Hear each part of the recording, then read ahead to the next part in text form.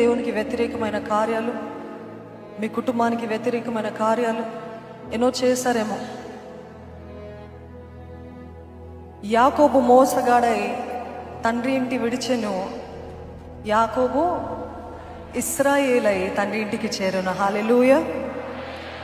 మన గతం ఎలాగున్నప్పటికీ ఆయన తోటి మనము పెనుగులాడి, దేవా నాకు ఎటువంటి జీవితం వద్దు, ఈ గత జీవితము, ఈ పాపపు జీవితంతో ఇంకా నాకు ఎటువంటి పొందు లేదు, ఐఎమ్ కటింగ్ ఆఫ్.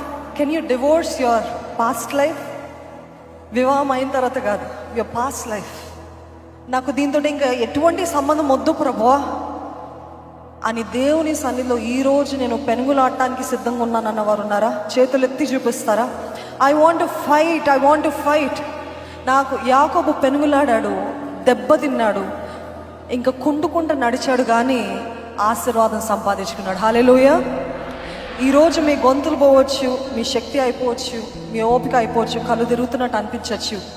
ఏది ఏమైనా మీ పేరు, మీ జీవితము మార్చబడకపోతే ఇక్కడికి వచ్చిన వ్యర్థమే. కాబట్టి దేవుని సన్నిధిలో పెనుగులాడుతూ, దేవా until you bless me I will not leave this place. Hallelujah. నీవు నన్ను ఆశీర్వదిస్తే తప్ప నేను నిన్ను విడిచిపెట్టను అని చెప్పగలిగిన వారు ఉన్నారా? ఉన్నట్లయితే బిగ్గరగా హల్లెలూయా అని చెప్తారా? అది మొదలుకొని తరతరాల దీవెన యాకోబు చూశాడండి.